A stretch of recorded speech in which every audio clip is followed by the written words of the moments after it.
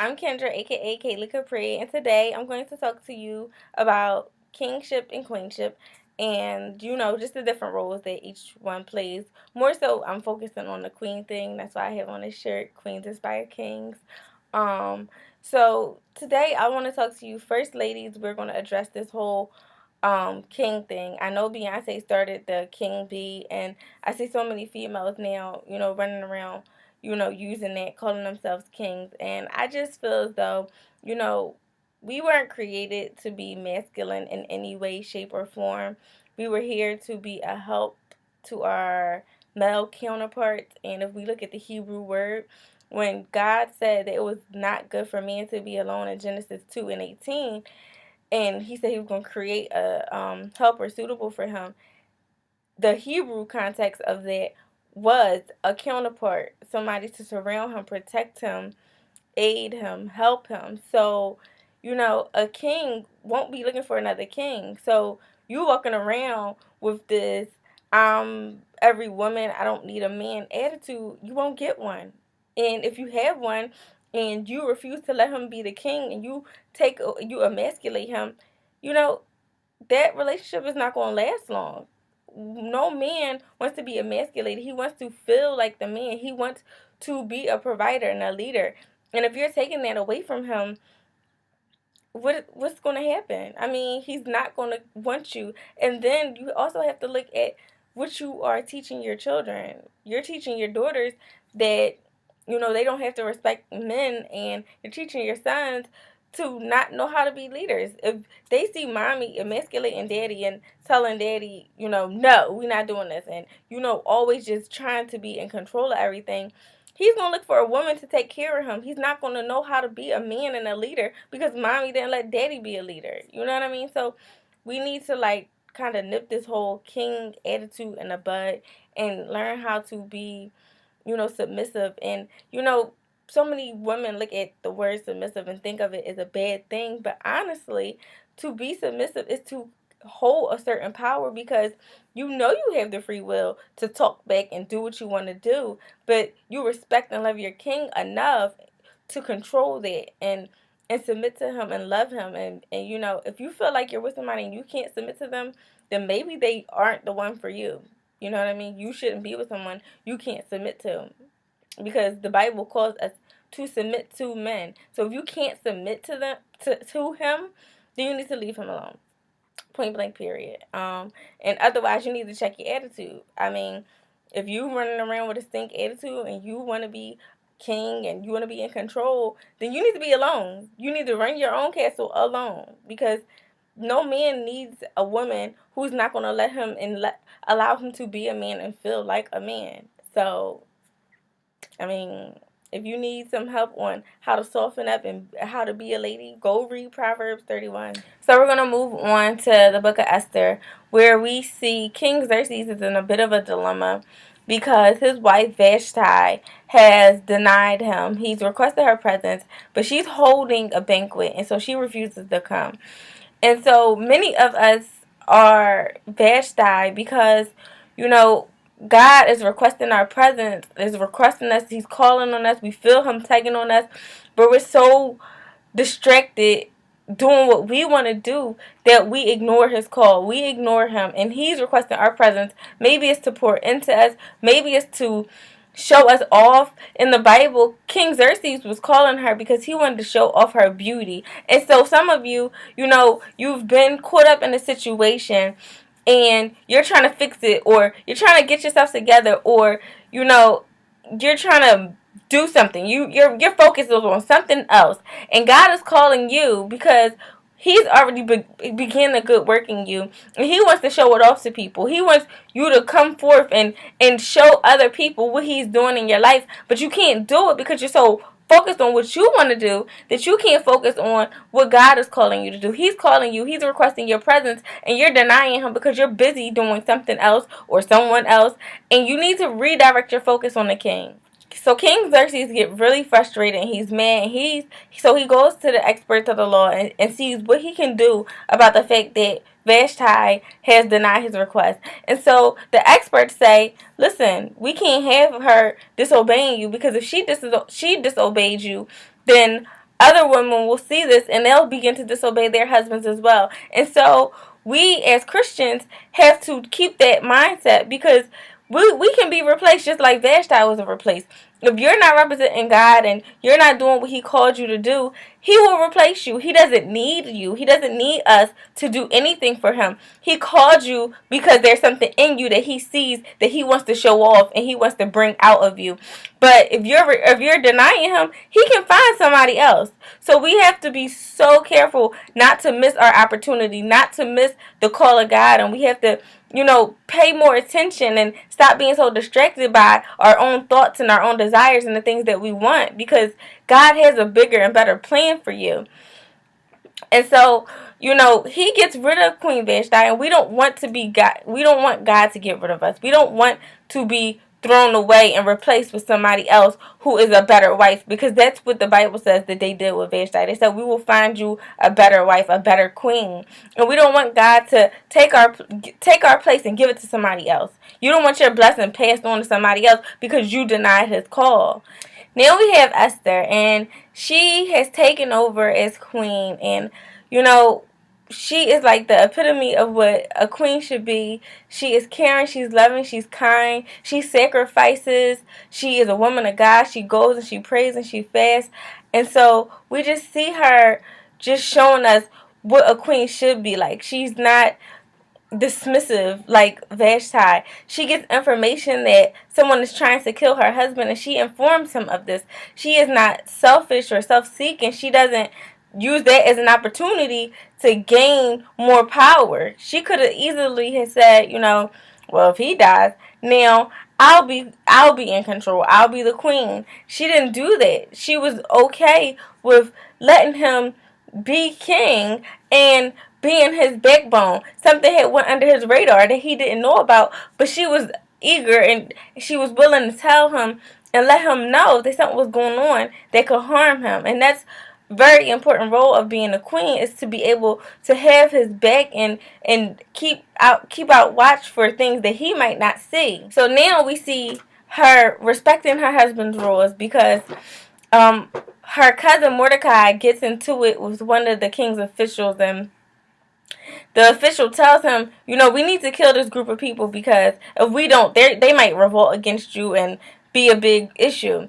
Now, mind you, the group of people that he was referring to was the Jews, which Esther was a Jew. So now Esther and her cousin and their whole race of people are going to be killed.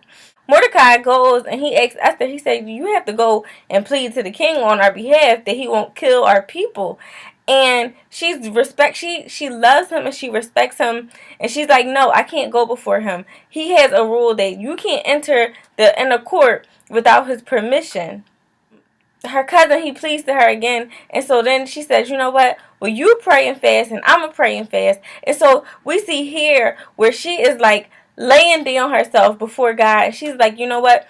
Something is unjust. Something is not right. But instead of going to the king and just being confrontational, which most of us do when we have an issue with someone, we don't go before God first and seek God and pray and fast and get clarity on the situation to make sure that we're right, or what we're doing is right, or just even praying and fasting for protection for what we're about to do, because her fear was that she was going to be killed because you couldn't go before the king unless he called you. And so we see her praying and fasting on behalf of her and her people.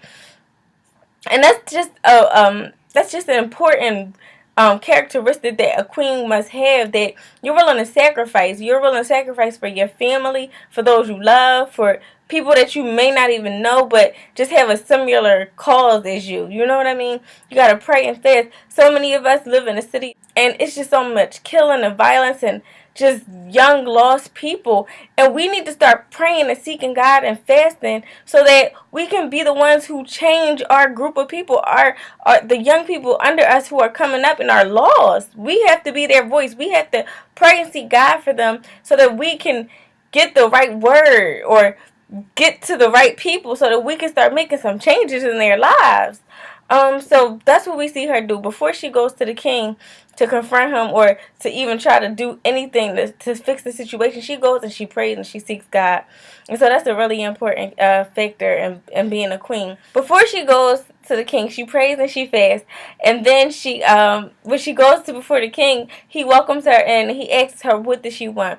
And when you're in right standing with the king, you can ask anything and he will give it to you. And so when she goes before him and she's in right standing with him and she has proven herself to him and he loves her, and so she said she goes before him and he says, what do you want? I will give you half of the kingdom. Don't you know when you're in right relationship with God that it's nothing that you can go before him and ask for that he won't give to you? Him knowing that it's right for you. If you're praying for something right and just, don't you know that you can have it? You can pray. We can be praying these murders away. We could be praying teenage pregnancy away. All these things inflicting our society and our culture, we could be praying away. The Bible says that the power of life and death lies in the tongue, and we have the power, and we're not speaking up, and we're not using our voices to make the change. The things that need to be changed are in us, and we're being quiet and we're scared, and we need to be like Ruth and say, you know what, even if I have to die for this cause, I'm going to do what I have to do. I'm going to pray and I'm going to seek God, and when we seek God, we get protection. So she goes before the king, and he tells her she can have anything that she wants.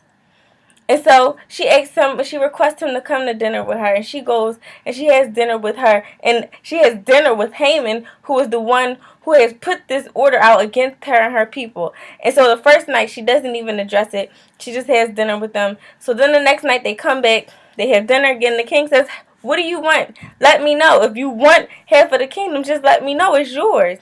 And she says, no, somebody is threatening to kill me. Don't you know that when you're in right relationship with God that you are protected? So he says, who's trying to hurt you? He says, who's trying to hurt you? And he's so upset that somebody would even try to threaten his queen. So when she says, it's Haman, he's trying to kill me, he's trying to kill my people. There's something so dangerous about keeping secrets. Her husband hadn't known that she was a Jew. And so when Haman had put out the order to kill all the Jews, he was unaware of it. And it's something so dangerous in keeping secrets from the king, whether it be your spouse or you think you're keeping a secret from God. When you keep secrets, you are hurting yourself. You are killing yourself. She could have died by keeping that secret to herself. Or she could have been under the law to be killed by keeping that secret to herself. So her saying that she freed not only her people, but she freed herself. We have to be open. We have to start pouring out before God. We have to start releasing our secrets, releasing the hurt, releasing the pain, so that we can be free, so we can stop dying on the inside. And then also so God can use it to free other people. It's so many people whose blessings and whose freedom is locked up in you, but since you won't talk, you won't speak the things that are hurting you and they almost killed you, and you won't be the one to stand up, you're allowing other people to die by holding on to your secrets. We have to let go of these secrets, and we can't be afraid to share the glory of God. We can't be afraid to walk into our calling. We can't be afraid. There's so much locked up in all of us, and we just have to start embracing our queenship. Ladies, we have so much in us, and if we just embrace what God has given us, the power that we have, we could be praying for our husbands, we could be praying for our sons and our daughters, we could be changing our society, we could be changing the lives of others around us. We need to stop holding on to secrets. We need to learn how to love and respect. We need to learn how to go before God and seek Him.